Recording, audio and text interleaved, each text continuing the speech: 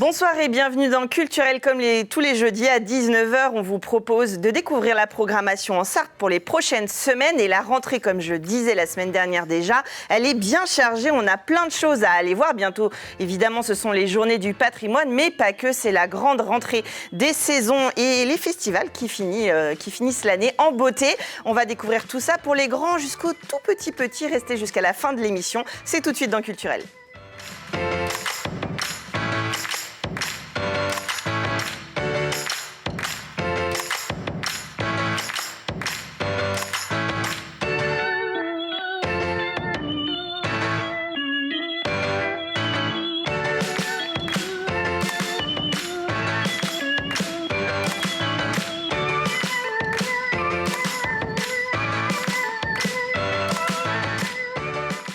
Et on va commencer avec la 9e édition du Festival Musique à Vigny. Pour cela, je reçois Daniel Berger. Bonsoir. Bonsoir. Vous êtes président de cette association. On ira faire aussi un petit tour du côté de Malicorne. J'ai le plaisir de recevoir, je vais y arriver, Audrey Butson. Vous êtes chargée de médiation et des expositions du Musée de la Faïence et de la Céramique de Malicorne. Bonsoir.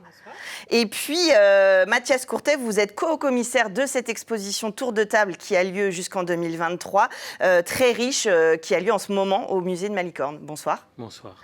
Alors, comme je le disais tout à l'heure, on va commencer avec Musica Vigny, la 9e édition de ce beau festival. Rappelez-nous, dans les grandes lignes, quelle est l'idée de ce festival ? Alors, l'idée de ce festival, c'est de... D'abord, le processus, c'est d'inviter les musiciens à jouer après dégustation d'un vin qui est présenté par le vigneron et que le public déguste pendant les concerts. Et l'idée, c'est de chercher une rencontre sensorielle ou sensuelle entre l'écoute et la dégustation, ce qui n'est pas forcément pacifique. Quelquefois, il faut savoir sur quel bord on est, plutôt du côté de la musique ou plutôt du côté du vin. C'est assez difficile de se concentrer. Et nous recherchons en fait une fusion sensuelle, sensorielle. Enfin, on le recherche pour le public. Bien sûr. Voilà. Alors, une programmation diverse qui est liée... Alors, moi, j'avais une question. Alors, évidemment, tout le vin est à consommer avec modération, bien sûr. On va commencer par là. Je vous voyais sourire, parce que j'ai fait une thématique déjeuner, dîner, tour de table pour le début de l'émission.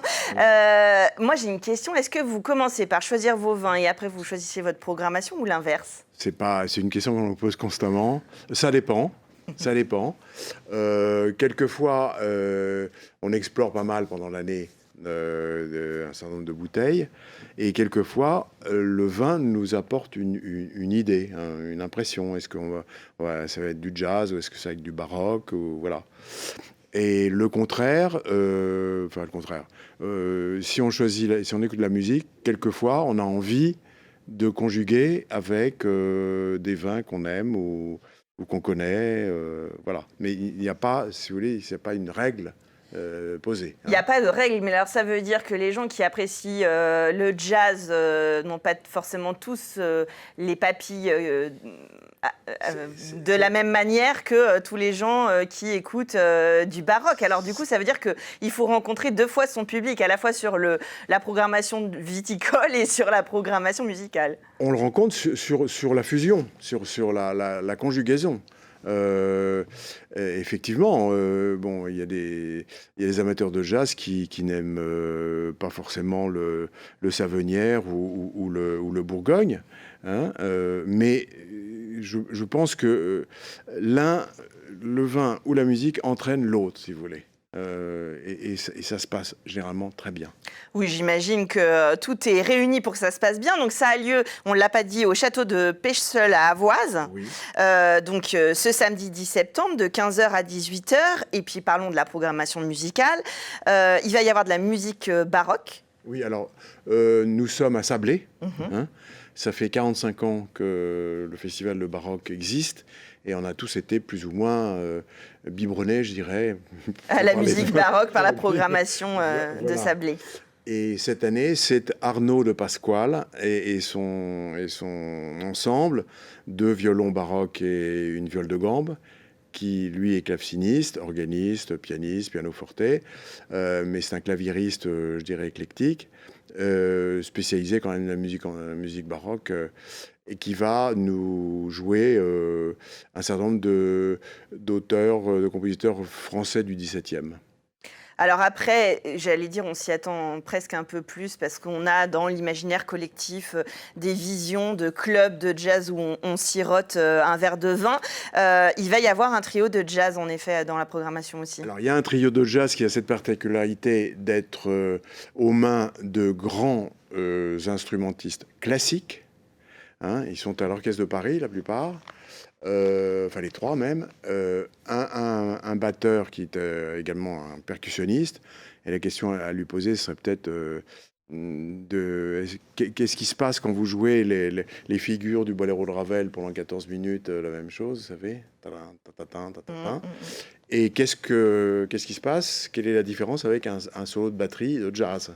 C'est intéressant, est-ce que vous tenez les baguettes de la même façon? Et peut-être qu'il ne prend pas le même verre de vin avant de jouer aussi. Alors, ils ne sont pas obligés de le boire. De le consommer, oui, évidemment. Encore une fois, c'est à consommer avec modération. Oui, non, mais rassurez-vous, qu'on se rassure tout le monde, c'est 5 centilitres dans un grand verre dégustation. Bien évidemment, on parle de dégustation. Voilà. Il va y avoir aussi de la musique électroacoustique qui a été créée pour une expérience un petit peu sensorielle, justement. Voilà, c'est le collectif SIN, qui est un collectif d'artistes, pas seulement musiciens, qui se sont mis à 6 pour créer une pièce électroacoustique en 4 parties: la vue, l'odorat, le goût et le souvenir que le vin laisse. Je pense que on n'a rien entendu, nous. C'est une surprise. C'est spécialement. C'est l'heure Madeleine de Proust du vin, en fait. Voilà. Et donc, c'est Flavien Berger qui présentera le projet. Alors, c'est 3 moments, donc c'est à partir de 15h, et évidemment, on réserve, c'est 20 € l'entrée sur votre site musicavini.fr. Voilà. Je rappelle, c'est le nom aussi de l'association que vous portez qui organise ce festival. Voilà. Exactement. C'est tout simple, hein, c'est Ted Loasso, vous connaissez, qui gère la billetterie. Et voilà, ça se passe très bien pour l'instant. Alors, rendez-vous est pris à côté de Sablé, à Avoise, pour découvrir Musicavini. Et en effet, Loasso est une interface qui vous permet de prendre vos billets en toute sécurité. N'hésitez pas. Ajoutez quand même que le décor, il fait beaucoup. Bien sûr. Et que le château de Pechseul est un château un peu surréaliste qui regroupe plusieurs époques, jusqu'à depuis la féodalité. Il y a encore un pont-levis qui a été restauré, bien sûr. Et la dernière aventure architecturale, c'est un perron troubadour vénitien. Et c'est très curieux parce que c'est un choc d'architecture très différent. Là encore, une autre rencontre entre le visuel, le goût et Louis. Un très beau programme donc pour ce samedi 10 septembre. Dans un écrin assez joli aussi, dans la ville de Malicorne-sur-Sarthe, on retrouve l'exposition Tour de table qui a lieu jusqu'en septembre 2023. Qu'est-ce qu'on découvre si on a déjà visité le musée de la faïence et de la céramique? Qu'est-ce qu'on découvre dans cette exposition temporaire? Là, l'idée sur l'exposition, donc tour de table autour de cette thématique assez générale, le souhait de la communauté de communes qui gère le musée, c'était de mettre à l'honneur des artistes contemporains. Donc certains connaissent Malicorne, sont passés par Malicorne, et puis un peu montrer toutes les facettes de l'histoire de la faïence à Malicorne. Donc après, c'est une sélection d'artistes qui a été faite avec le co-commissaire qui est Mathias Courtet. Donc on a une exposition à la fois dans l'espace d'exposition temporaire, mais également dans le parcours de visite du musée, où on retrouve ces 16 artistes ou duos d'artistes jusqu'en septembre 2023. Alors Mathias Courtet, justement, quelle est la place de la céramique et la faïence dans la création contemporaine? La table, se mettre tous autour d'une table, autour de la belle vaisselle, c'est encore d'actualité? C'est plus que d'actualité. Il faut quand même se souvenir que il y a fort longtemps, à partir du moment où on s'est rendu compte que manger dans des coquilles, ça allait bien 5 minutes, et que de la terre qu'on avait la terre qui nourrissait, elle pouvait aussi nous construire, faire des objets. Ça date quand même depuis la nuit des temps. Donc en fait, la terre cuite ne nous a jamais quittés. Alors bien sûr, la faïencerie d'Art de Malicorne est spécialiste en tout, donc spécialiste en rien. Et lorsqu'effectivement j'ai appris ça, cité que je connaissais effectivement par ailleurs, pour entraîner pas mal d'artistes d'ailleurs qui sont aujourd'hui dans l'exposition, en fait pour re-regarder tout simplement pour le grand public. Ça, c'était effectivement une demande que je partage, et de montrer en fait toute la dynamique de cette céramique qui existe, comme je le disais, depuis la nuit des temps. C'est-à-dire que, bah oui, la céramique, bien sûr qu'elle est faite en impression 3D parce que ça existe. Bien sûr qu'on fait encore des décors à la main parce que bien sûr que ça existe. Et donc en fait, ça mêle tout ça sous la forme d'une grande promenade dans cette architecture du musée. C'est-à-dire que là, on découvre la grande salle permanente avec une scénographie de table qui tourne, puisque Thomas Delis, le scénographe, a joué aussi là-dessus, a joué sur le musée. Donc avoir l'envie de se promener, de découvrir, comme on peut découvrir de la musique en buvant 25 centilitres de vin, si j'ai bien entendu. 5 centilitres, pardon. J'ai toujours été trop généreux, pardon. et donc, du coup, je vous écoutais avec attention, c'est le même esprit, en fait. C'est-à-dire que de tout à chacun, en fait, découvrir, de redécouvrir, parce qu'il y a aussi le premier étage, donc redécouvrir aussi une collection dans un écrin absolument incroyable, quand même, parce qu'il y a quand même des pièces. De très belles pièces, ouais. De très belles pièces, quand même, à Malicorne. Et puis, effectivement, j'ai ramené d'autres... J'espère d'autres belles pièces. Oui, c'est ce que j'allais dire, parce que c'est vrai que parfois, comme un peu tous les musées, on va dire, pérennes qui exposent l'histoire, l'historique, on a l'image d'une faïence un peu lourde des fois, même si elle est ajourée à Malicorne en l'occurrence, mais de grosses soucoupes, etc. Mais ça va bien au-delà. Et je trouve que c'est intéressant justement en regard de mettre des créations contemporaines, des artistes, des créateurs, des designers qu'on connaît peut-être sur d'autres projets. Et là, on le voit bien, avec des collaborations, font des pièces qui sont bien d'aujourd'hui. Donc on y réfléchit encore aujourd'hui, finalement. On y réfléchit encore aujourd'hui. Et ce soir, vous allez probablement manger dans de la terre cuite. Donc en fait, ça fait vraiment partie de nous. Et que c'est normal que les artistes les designers vivent en même temps que nous. Ils vivent le même monde que nous. Et donc c'est tout à fait normal qu'ils continuent de s'y penser. Et vous parliez de designers qu'on connaît peut-être par ailleurs, je pense notamment à Constance Guisset, qui a une table absolument entière. C'est une des designers européennes les plus connues dans le monde. Et on sait peut-être peu, et qu'effectivement, elle a développé tout un champ de travail autour de la céramique avec ses aquarelles, puisque ce qu'elle fait... Quand elle n'est pas à son studio, elle fait beaucoup d'aquarelles, et du coup, les aquarelles nourrissent en fait le décor peint qu'on peut aussi voir avec les deux plats de Bernard Palissy. Alors ça, c'est quand même incroyable qu'il y ait ça à Malicorne, parce que c'est vraiment à Malicorne, hein, les moules sont là-bas. Et Julien Colombier, un designer plutôt fait connaître notamment en Asie, avec notamment en accompagnement des grandes marques comme Chanel, par exemple, en fait, est venu à Malicorne il y a 4 ans, vu qu'on s'est arrêté quand même quelques temps, il y a 4 ans, à la faïencerie, et du coup, avec les savoir-faire locaux, en fait, on a ressorti ce fameux plat de Bernard Palissy. Et puis, vous parliez de l'ajourage, il y a notamment Raphaël Garnier. Alors lui, il est présent sur les deux niveaux du musée, où effectivement, il est dans les collections permanentes. Alors là, il faudra le chercher, puisqu'il parle de l'ajourage. Qui est Raphaël Garnier? C'est là où ça devient intéressant. En fait, c'est un graphiste. Donc, c'est quelqu'un qui ajoure, en fait, avec ses crayons, en fait, ses papiers. Et là, du coup, l'idée était avec la faïencerie d'Art de Malicorne juste à côté.